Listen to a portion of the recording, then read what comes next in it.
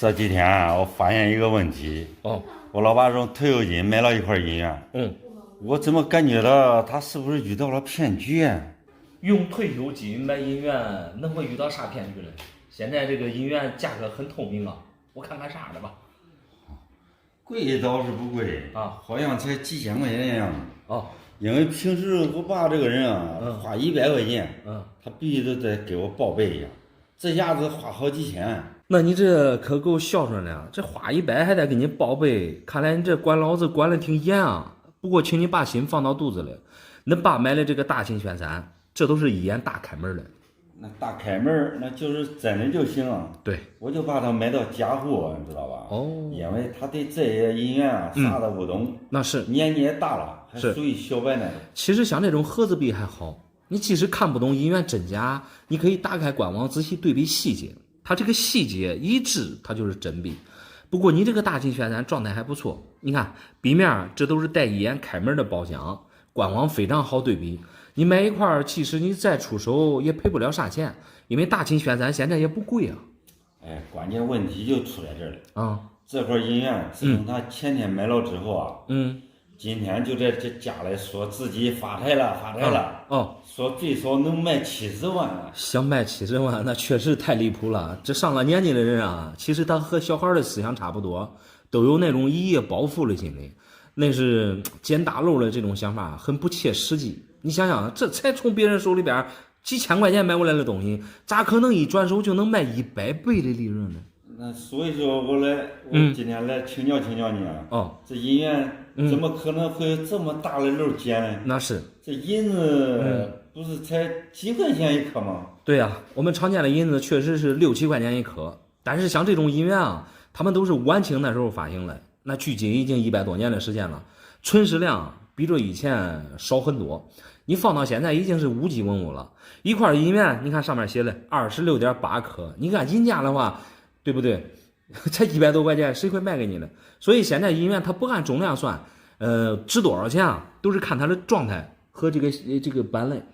对呀，我相信这几百块钱也卖不住啊。对，但是他几千块钱买的呀，也不至于说一块能卖70万啊，这也太夸张了吧？确实是很夸张。结合着恁爸遇到了这种情况来看啊，极有可能恁爸是遇到网上那个专家骗局了。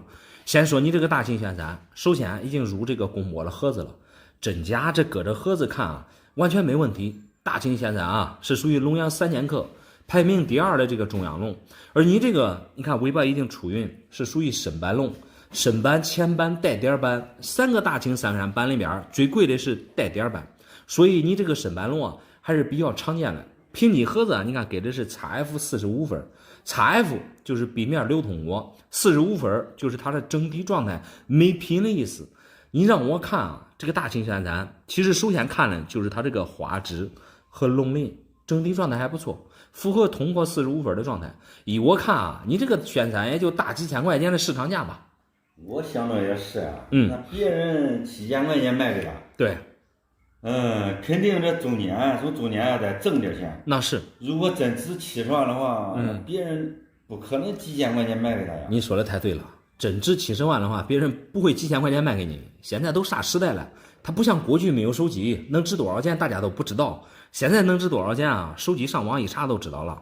那爸应该是受到网上专家的蛊惑了，他们的套路啊，就是提前给你报高价，然后以此骗取你的信任，从中骗取你的各种鉴定位置来了。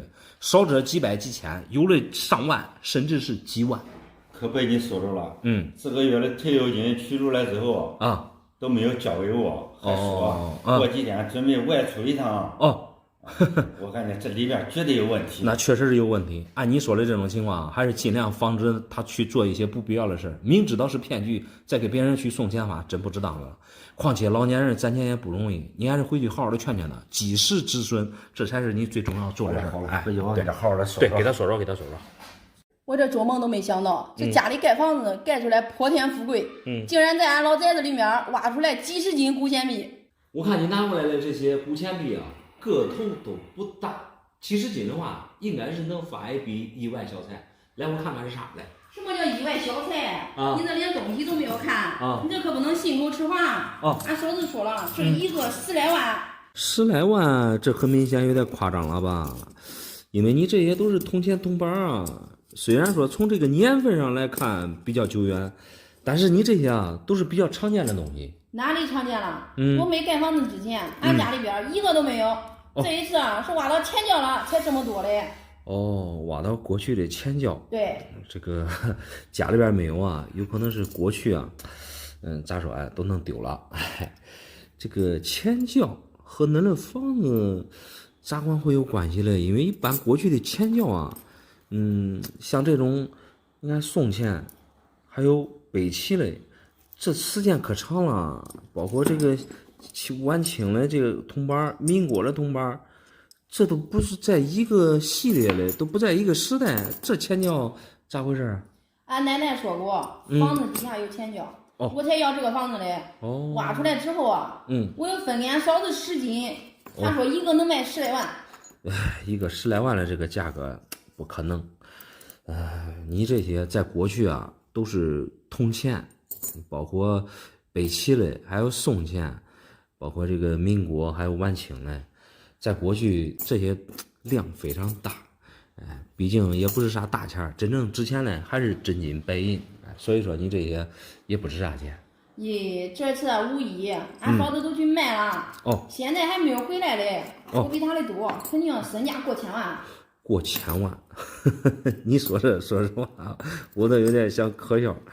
这如果说一个值10万的话，你像那些黄金啊，对吧？银锭啊，对吧？你让人家咋说嘞？再说你去找人家专家卖，现在是一个啥结果啊？对吧？现在5一已经过去好几天了，啥结果啊？啥结果？我给他已经打过电话了，他说了呀，那专家5一去国外旅游去了，旅游回来，都给他已经出价，仔细看完之后，才能定最后的价。我听明白了，这个专家啊，网上专家一个估10万，你嫂子绝对是遇到骗局了。我给你简单的讲一讲，你这里边最贵的，其实啊，像你这种长平无主啊，就像这种字口好的，因为它是北齐的钱。就是放到现在字口好了，也就一个几十块钱。你看这里边有糊住了，这包括这，因为时间长了，这锈啊，铜都生铝锈了。这种说实话也就10来块钱。你说你这10万一个，是不是？它肯定是骗局啊。另外，像你这些宋钱，这宋钱字口都很一般，品相也很一般，这我们都是按斤收的。我给你毫不夸张的估，这一个也就1、2块钱，包括这品相稍微好一点的铜板，民国的也好，晚清的也好，这都几块钱一个，对不对？你这我看应该是一亚拿过来一些样品吧？对。你这一亚拿过来一些样品，你看价格都不等，包括这所有的给你平均一下，一个也就花到10来块钱。不可能，老板。这俺嫂子啊，在那等那专家，那专家都说了，照片不是给他发过去了吗？我明白。买家都已经联系好了，都等他回来见面交易了。我跟你说，这个专家的骗局就是让你带着东西过去找他们，他们给你估高价。你说实话，这现在得有人买单啊，谁去会买这些单呢？对不对？这些东西都比较常见，包括最贵的长平无主啊，这才几十块钱一个。像这些铜钱铜板，这都稀烂便宜。你说你能卖10万一个，那是不可能的事儿。我跟你说，我因为啥上次来吧？就是因为离得近。对。我实在是不想去外地了，反正俺嫂子价格已经打听了，我想着在咱这卖不是方便一点吗？你这个想法是很没错，关键是这铜钱铜板没有行情，不像你想的10万一个。你这个我感觉啊，你跟那嫂子尽量啊避开这些专家，给你再到实体店多问多转转，到时候你都知道这个行情价了。那你要这样说的话，我还得去找俺嫂子去，不能少卖了。谢谢你，老板。多问吧。我没想到我大学还没毕业，就凭借我的聪明才智赚到了7位数。你看看这个医院能给几百万吧？你这个确实是上百万的币种，像这种出于普的军阀币啊，搁平时是非常少见的。这和你大学生的身份有啥关系嘞？这关系可大了，这就是在我们学校旁边跳蚤市场淘的。为了买这块医院，我也做了大量的查询工作。那听你这样一说，那只能说你对医院不懂。一般像这种高端的军阀币啊，你在跳蚤市场买的话，那风险性很大呀。你想想，那跳蚤市场大多数都是卖那种2手东西，你这连真假都看不懂，做那种大量的查阅工作，这有啥用啊？用处还不小嘞。我这不查不知道，一查吓一跳。我这4位数1000块钱买回来的银元，一下子能值好几百万嘞。那是真币的话，它肯定能值几百万。4位数1000块钱能买到了银元啊，现在也只有袁大头、好品样的孙小头，就像之类常见的这种银元啊。而你这个楚玉璞军阀币状态也并不差，那你这1000块钱买到几百万的币，算是捡超级大漏啊。对，说实话我都没有想到这捡大漏会那么容易。查询是一部分，真假含银量又是一部分。扫描仪扫出来了是银嘞。你不用扫描仪扫，一眼也能看出来它就是银嘞，因为银色和其他颜色不一样。但是银子并不代表它就是老货，你像过去的老银元必须得是从我们老百姓家里边出来的东西，所以捡漏很难，捡大漏啊它更难。你还真别说，这块银元还真是出自我们老百姓家里面，从地地道道的70岁老大爷手里面收过来的。现在有很多时候啊，都是人心隔肚皮。经常有人说坏人变老了，你可不要天真的认为从老年人手里边买的东西就能捡大漏。如果真值几百万的话，他也不可能随随便便1000块钱买。你这话说的到底是几个意思？我想着咱们离得近，反正我捡漏捡来嘞，想让你多赚点，你看看能给我多少吧。其实我的意思很简单，就是看着你这块银元很别扭，并不像你想的那么简单。银元是银嘞，它并不代表是老嘞。你看这个军阀币，它发行于民国16年，距今将近100年的时间了。说到楚玉璞这个人啊，很多人甚至连听都没听说过。他是属于奉系军阀之一吧，名气也不算太大。当初他这个铸造这个军阀币的数量并不多，所以从现存的存世量上来看，比其他军阀币少之又少。所以对于现在这个收藏来说啊，可谓是一币难求，价格也就水涨船高。而你这个很明显不行，你说放100年这个左右的银元，这币面包浆不可能是这个样子吧？币面很不开门，尤其是它这个币面压力，这都跟闹着玩似的。还是来看它这个边齿吧，这边齿没有一丁点的变化，我看你这个连我这一关都过不了，恐怕你这也入不了皮盒，很难卖出你说的几百万的价格。你说的恐怕也是危言耸听了。我为什么要去入皮盒嘞？那么好的银元，只要遇到识货的人买不就行了吗？你不入皮盒，你上哪去遇到那种识货的人呢？你像上几百万的银元，也只有入皮盒才会有人去掏钱买，因为皮盒这个评级啊，市场比较认可，它这种认可度啊是全世界范围内的，不只是咱国内的玩家，你只有入皮盒，对吧？它有分儿，你哪个国家来，他都可以过来拍啊。我告诉你，我这块楚玉璞银元还真不愁卖，网上现在有很多人都已经给我出了700万了。有人给你出多少钱和你到手多少钱，这还真不是一个概念。如果你这个是真币啊，我也愿意给你出到700万。可关键是我这拿上手一看，它现在不值700万啊。像这种真银假币，现在市场价也就是一个银价100-200块钱嘛。你得了吧，我感觉你开价，肯定会出啥幺蛾子。我好不容易捡那么大漏，怎么可能会赔钱卖给你嘞？没事，给你再转转，你找其他人再问，多转转行情吧。俺家就算8块老银元，俺爸妈一下子都给俺弟了。你说这价值800万的东西，凭啥都给他不给我？8块银元800万，一般我们个人家里边传下来的可没有这么贵的，这相当于1块100万了。来，我先看看啥的。我刚开始也以为不值啥钱，谁知道俺老公他一查1块100万，这俺爸妈也太偏心了。你先别着急，我来帮你看看这几块银元的种类。你这是1块袁大头，然后剩下是7块传阳。这银元我们平时都比较常见啊，这里边可没有价值100万的币种啊。你不要给我找了下结论，你帮我仔细看看，人家都出到100万一个，我不跟你瞎说。我看出来了，你这是对银元不懂。100万的银元可不是长你这个样子。你看其中这一块袁大头，它虽然说不是普通的，它是一块酒精吧。另外这几块传阳22年、23年这都有。即使这7块都是21年嘞，这也不过100万啊！你可别听别人瞎估价啊。我跟你说一下我家里的情况吧。我爸妈一直说嫁出去女儿泼出去的水。这不是旅游啊。那是的，那你这个嫁出去的女儿泼出去的水，这个理由太牵强了。因为现在又不是过去封建时代了，男孩女孩都得一样看待。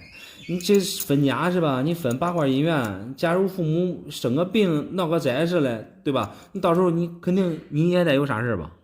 可被你说着了啊！在用不着你的时候，啥事都没有；用着你付钱的时候，那电话打了一个又一个的。对呀，父母也不是外人，哎，你可以把这事儿给父母全盘说清楚。这不能说掏钱的时候想起你来你了，这分钱的时候把你给忘了。你可以给爸妈动之以情，晓之以理。哎，你把这8块银元，说实话，这也值不了多少钱，对不对？给恁弟不给你，这很明显的相偏，你不能让别人说闲话。你也别说了，大道理我都懂。对。家务事也不了了，你给我看看这管值多少钱？好，我给你细看一下。先说你这里边的这个大头，你这个大头，这很明显，这一看就是9年金发。你看他的发丝，比较细。9年金发。这个斑虽然说是个斑啊，是大头里边做了最精致的一个斑，但是以你这个状态来看的话，笔面稍微带光，发饰只能说还行，然后9年金发的现在价格，我个人看也就2000左右吧。这付车了吧？不付车，这价钱是咱现在你看了一个100万，一个100万，没事，我慢慢的给你看啊。另外就是你这23年的传样。这23年的传样，说实话，这状态确实不错。你看，个个都带低光，但是23年传样发行量比较大，和这个大头价位差不多。这一块的话，能给到1500左右。另外，你这3个是22年，这22年这3个这都带点老彩，老彩的话比这个普通的这个包浆要贵一些。你这种状态确实是都是酱彩。看着都不错，都比较舒服。目前来给你估的话，一块2500，这就是目前你这8块银元的价位，也就1万多块钱吧。咦，这差距太大了。不靠谱。咋不靠谱？俺让人家那个专家鉴定的一块100万，那个哪离得远，咱这离得近，一个差不多就出恁这多吧。你这弄的。我跟你说实话吧，网上专家他们估的价，这才叫不靠谱嘞。因为啥嘞？因为这像普通23年，对吧？他能给你估到100万一个，他是有目的的，他是后续要骗你的各种鉴定费反正是各种费用，你得小心了。我也没花啥钱，一个给我要200块钱的鉴定费。一个要200块钱的鉴定费，这叫没花啥钱吗？这8个这都收你1600了，你想想，如果说他在外地的话，你再加上你的车费、路费、来回开销，你就再花一钱。啥都不说了你这价钱太不靠谱了，1万多块钱我接受不了。那接受不了，你再找别人看看，建议你多找实体店看看，好吧？咦，这俺爸妈便宜都算了，我上你这来还给价钱不靠谱。那你再站那，再站那。我这有一块宣统的老银元，这个是从俺儿时包里边翻出来的。据听说这块银元能值800万。道听途说不可信，不过我看你这确实不是一般的云南老龙，比常见的云南老龙多了。你看“庚戌春季”这4个字，确实是一块样币。我都计划好了，准备让俺儿子明天就转学，省得有人打这一块银元的主意，价钱合适都给你留着。说实话，像这种庚戌年份带季节的样币，我也是第一次接触。像常见的云南老龙虽然说有点贵，但对于我们个人来说，它不至于是样币。看你这个状态的话，币面多少都有包浆了，怎么会出现在恁儿的书包里边？俺儿说了，他也不知道是谁带学校去的，反正就是在大门口地上捡的。这地上捡到的东西，谁捡到是谁的。那你说的也是这个理。一般我们个人在路上捡到的东西只要没有人要，那大概率都是据为己有了。而像你刚才说的，如果这个银元真能值800万的话，这就在另外一说了。毕竟现在家里边的孩子，对吧？他心里边就像白纸一样，干净得很。和孩子一丁点关系都没有。这800万的价格是我从网上的专家评估的。我不告诉他，我儿子啥也不知道。其实我觉得网上专家他们估的价不靠谱，往往都是带有那种目的性的。我劝你还是谨慎，不必当真。就单看你这个银元也完全没必要，对吧？给孩子专门去转学。你想想，人家才丢一块800万的银元，你这立马都转走了，这不是给人一种此地无银三百两的感觉吗？调音院的那个家长在群里边也喊话了，说这块音源是他朋友的，也不值什么钱，说谁捡到的话最好是返给他。那这就对号入座了，人家说的很清楚，这个音源是他朋友的，确实不值啥钱，可能他还不想因为这个音源欠朋友一个人情，所以并非向网上专家估了什么800万。我建议你还是还给人家为妥。哎切，我又不是慈善家啊是。到好不容易到手的800万，一辈子说不定就这一次发财的机会了。再说人家都说不值钱了。哎呀，其实我觉得你这有点小题大做了。你像我们个人，谁不丢点东西？关键是价值800万的样币，如果真丢的话，别人对吧，也肯定报警了。再说样币它的存世量极少，是以个为单位的，200%会凭你入盒，有一个保障。而不像你拿过来了，它就是一块裸币。像这种裸币啊，掉地上之后啊，磕碰是很常见的事，你摔一下碰一下，有可能几十万，它都没了。虽然说我们没直接接触过这种样币，即使有，别人也不会像咱俩这样，对吧？光着手，拿来拿去的。但是我看你这个音源啊，它这个包浆啊并不老，整体看上去有点漏贼光。大多数这种包浆都是做旧做出来的，压力的话很明显看上去不太自然，尤其是它这个边齿丝毫没什么变化，一圈下来整体归一。我看啊，应该是一块真银假币。不可能是假的。如果是假的话，那专家为什么告诉我他值800万呢？赔钱的买卖，你说谁会去做呢？人家只是给你报一个虚高的价钱，并没有实际付钱买走。我告诉你啊，这种更需春季为什么能值800万？第一个就是因为它是样币，存世量极少；第二个就是它唯一一款带时间点的音源。庚戌是宣统2年，春季就是春天铸造的意思，所以说啊才值这个价。但是专家给你报这个价，很明显和你这个音源对号入不了座。对呀，本来就是值800万的东西，而你却说是假的，你这不是自相矛盾吗？这一点也不矛盾。我说你这个音源是假的，网上专家给你估800万，他们是想收取你后续的费用，而你又啥都不懂，一心又想着发大财，对吧？你给孩子来回转学也是瞎折腾，到最后你这音源也卖不上价，你净让人看笑话。来，音源你给我吧，我看你这是撒忙也帮不上，你这是嘲讽我的是吧？没有。我一个农村老婆子的我有几十块银元，你帮我看看是真是假。哎呀，大爷，你这些银元真假就不用看了吧？这包浆这都是百年老财啊，一眼大开门的状态，这银元应该是那家传下来了吧？是的呀，这都是祖上留下来的，我也不知道是怎么了，这被俺儿媳妇说这都是假的。可能那儿媳妇不太懂，你这些银元不但不假，而且这状态啊都非常好。我们普通人家里边啊，都是那种通货大头，你这可以说是老五彩，个个都是老五彩，味道十足。不但银元不假，而且你这价格啊，要比普通大头还贵了。你说的是真的还是假的呀？这俺儿媳妇一看，她嫌你脏，这是真银元说的是又白又亮的，这一看都不是银，又白又亮了呀，那是洗过的银元。你这些银元都是100年前的东西，在我们个人家里边放着，时间长了。它这外边难免不生包浆，包浆它并不是脏东西，更不存在假。过去啊也确实有那种老家银元，老家都是军阀用铜做的，和你这个区别很大。俺儿媳妇她堂弟是开寄卖行的，他说的，他堂弟说的这都是假的，准备500块钱一块买走，我没叫他买。大爷，你没卖给他都对了，开寄卖行的呀，一般都能看懂真假。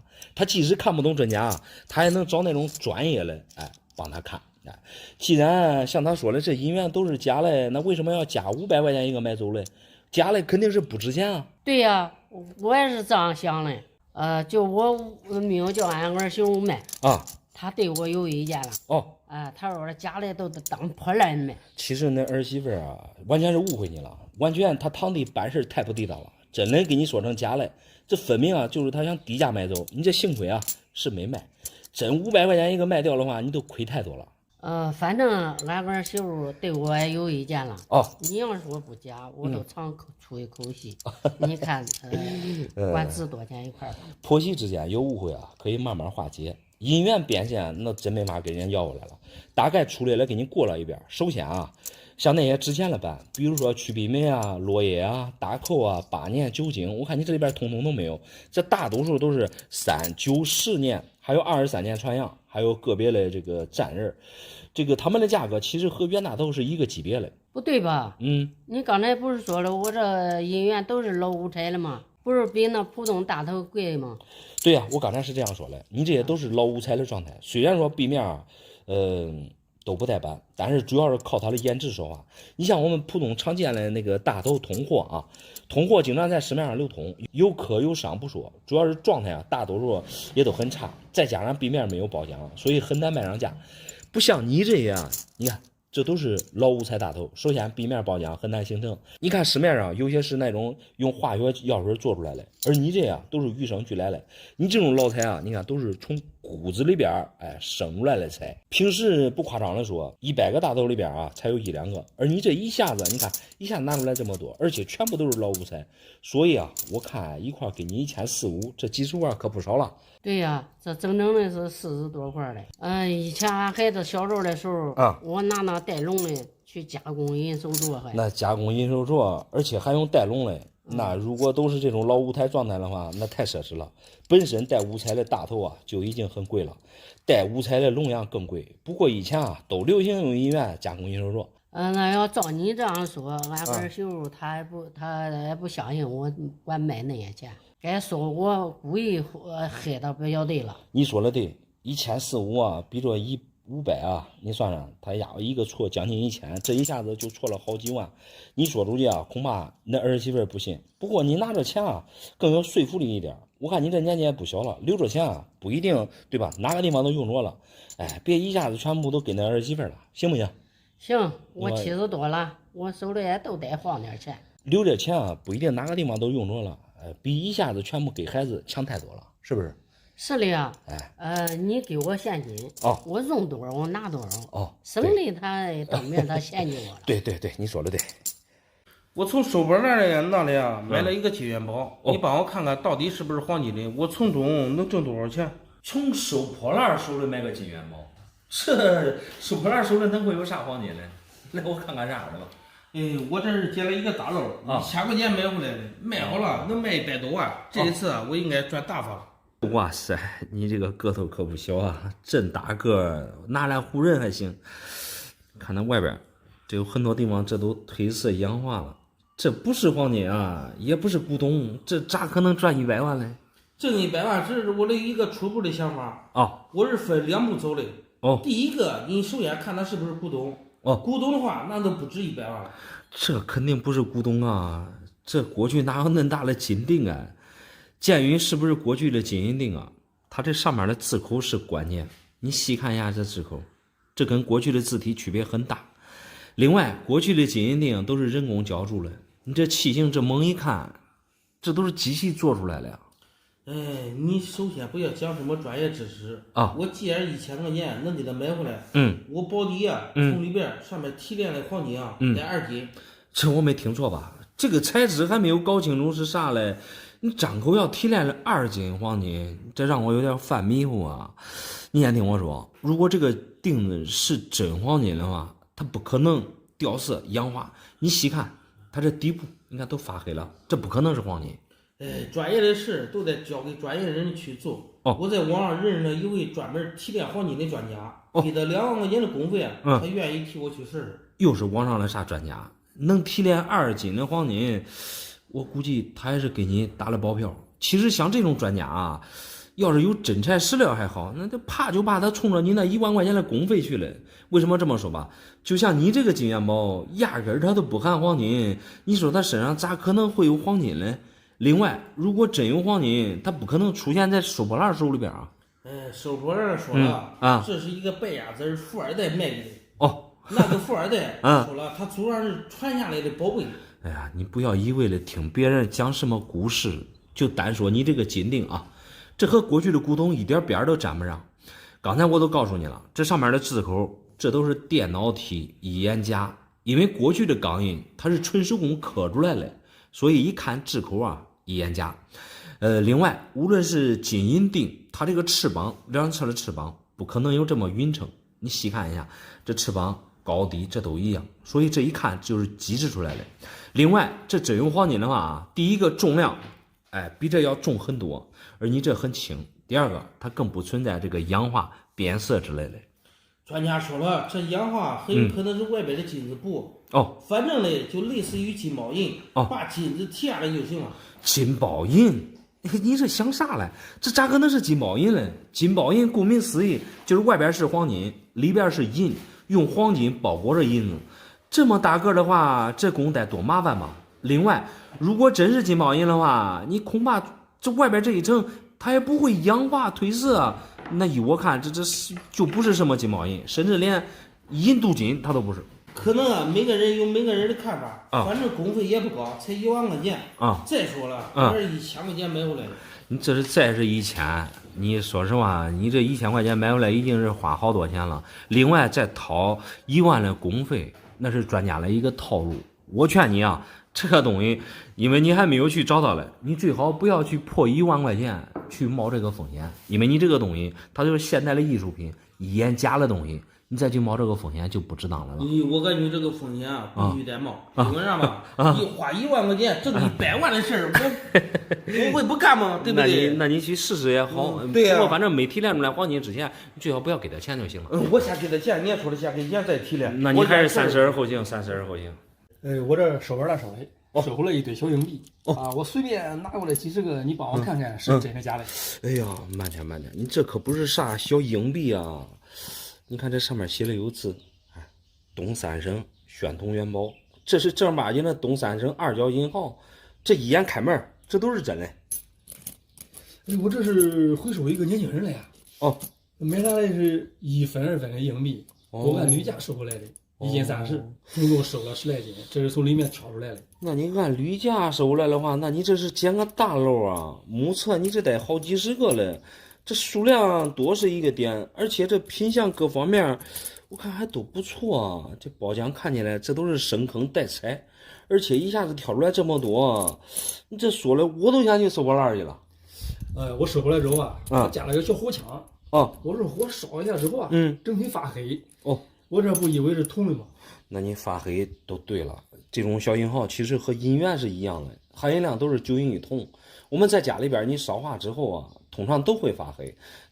它不像那种99银你烧化之后它会变成白色。这号呢，你一晚上烧了它干啥？我就有点好奇嘛。因为我也不知道它是啥材质的。我听别人说有时候收回来能捡漏，万一是黄金的就赚大发了。黄金绝对不会，这个因为黄金的颜色发黄，而且重量比这个重。你看这壁面有点泛黄是咋回事吧？这是因为这个银毫里边含了有铜，它这个氧化之后它生成了包浆，所以并不是什么黄金。这是黄金，这还了得？主要卖给我的这个分米这个年轻人嘛，他还没有社会经验。那是他说收回家老房子里这都是他爷以前留下来的。那我也看出来了，卖给你这东西的年轻人确实没啥经验，不然也不会把这些银毫你想想当破烂卖。不管怎么说，反正你这一次算捡个大漏。那既然你说是银子的，那不知道你有没有电子秤有啊。你带过来这我带过来这几十个是吧？你帮我称一下重量，把银子卖给你吧。那你看人家卖，那你也太亏了吧？你别看你这是收破烂收过来了，就你这些状态，你看品相包括包浆这都不错，银子一颗这才6、7块钱，你这一把我给你按1斤来算吧，2、3千块钱已经了不得了。但是银行你可不要看它个头小人家说这苍蝇还有肉嘞，你这保存品相保存那么好，说实话这很不容易我看你这都是清一色的东三省2角银号，这包浆的话属于深坑带彩状态。深坑有一个特点，就是壁面包浆锈不大，而且个个都带彩。这种彩平时很难遇到。一般像这种2角东三省银号发行量大一些，但是这个如果是银元的话，一个都好几万了。你这整体状态不错我这给你初步看了一下，你这确实也没有残次品，你包括每一块龙鳞，你这细看的话，你看都保存的非常完好。就你这些我给你初步估计的一个300块钱以上。300块钱一个？对呀。那一大把也不少值钱呢。那是的，按个数。本来我朋友说要10来个玩玩的，这一看我还真不能给他俩。那确实，朋友之间赠与得看你们之间的感情。这10来个，咱说句不好听的，这都小几天了。你按照咱这现在来算，这顶一个月的工资了。反正这你看，你要是想送给他，那关系不错，你可以送给他。反正是捡漏来了嘛。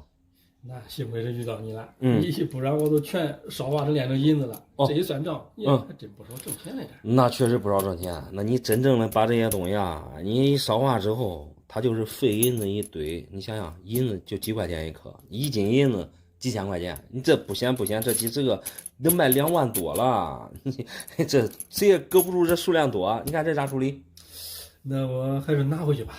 拿回去。反正是捡漏来的。对，给孩子当个传家宝吧。你说的太对了。给你看收起来，我等一会儿给你找点那个包装盒，省了膜了，给孩子当传家宝也好保存。好，谢谢。没事。老板，听说现在银子涨价了啊！我这有一个银锭子，你帮我看看值不值1万？1万？你这卖东西咋真没底气？这好歹这还是50两的商定啊，而且还是道光年间的呀。不管他什么年间的，我不懂。我现在都是主要着急用钱买辆2手车的。实在不行9000块给你。你这说话越来越离谱了哈！你再着急用钱也不能乱卖啊！我看你这个置口落款非常清晰，用行内话来说就是全身打，而且道光的钉子非常少见。它这个蜂窝看着非常自然，而且它这个翅膀你看非常匀称。这顶面一眼开门的东西，你这戏剧性的从1万降到9000，这是咋回事？不是，我刚才去金店先问问家，他们说这种银锭含银量不纯，都按80%的含银量，他只给我了8000块钱。那你这个参考价有点可笑，这种银锭的含银量还真不是80%。你像银元之所以是9银1铜，它是为了防止这个磨损。而过去的银锭啊，无论大小，它通通都是雪花银，雪花银的含银量都能达到99%以上啊。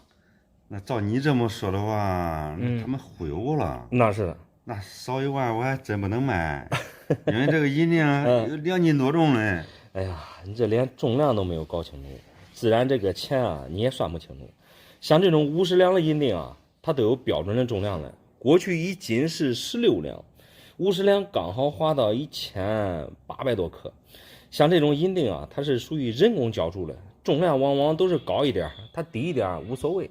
那只能怪金店的秤了。那是最高才达到1000克。那是。反正我也是简单的估算一下，反正银子也不贵。你这说话做事啊太不靠谱了，银子它再便宜和你这个银锭没任何关系。你现在银锭这好歹也是5级文物啊，即使金店的秤它够标准，难道你还按重量去乘以银价算吗？那你就大错特错了。这东西我看啊，绝对也不是你的啊。你别管是不是我的拿在我手里，我就有决定权。那是。你看看能给多少吧？你说的理是这个理，但是你只需记住一点，再不是自己的东西也不能不知道珍惜。像这种50两的银锭啊，比我们常见的银元少多了。你看过去的兑换比例，就这一个50两的银锭，最少能换70块以上的银元。你就按普通的袁大头，现在70块也得好几万了。就说你这个钉子的状态吧，首先道光年间的钉子搁平时非常少见，而且你这个字口又属于全身打，尤其是文水线这几个字，你看几乎没什么磨损，所以像这种字口的钉子比较少见。另外你看它这个翅膀比较匀称，钉子的好歹和这个翅膀字口关系比较大，因为翅膀在做的时候啊很难做出匀称的样子，而且它这个底部蜂窝也非常自然，加上定面包浆也非常舒服，所以整体看啊也是非常漂亮的。你这个没有过14、15万还真买不来。乖了，我这一个银锭子一下子能值那么多钱？对啊，这简直超出我的预算了。我姐夫哥太抠了，有这么贵重的东西，抠到连1万块钱都不借给我。对，他再抠再不借给你钱，你也不能拿他的银锭出来变现。你这犯了俩错误。第一个，你不懂装懂，想贱卖银锭，幸亏是你没卖掉。第二个，你擅自拿那姐夫哥这么贵重的东西，你这种行为啊，算是犯了大忌。这有啥大忌不大忌的？我亲姐夫哥又不是外人。那是我看你给的价格这么实在，那东西都留到你这里吧。你听我一句劝，不要在错误的道路上越走越远。你去找别人借钱，你得拿出你的诚意。姐夫哥再是自己的亲人，你也得商量着来。